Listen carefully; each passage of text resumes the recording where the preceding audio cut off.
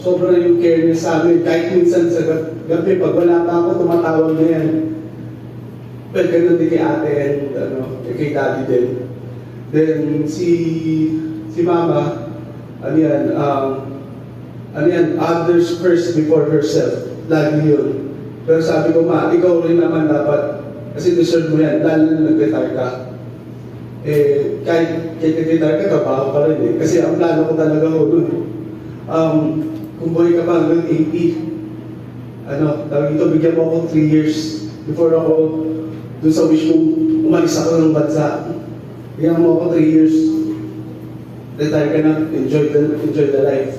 Kaso, yun nga, hindi mo ko hintay, pati yung saan may ako, kung may ako kasali. Pero, we'll get to that. Pero sabi ko, ito na lang pagka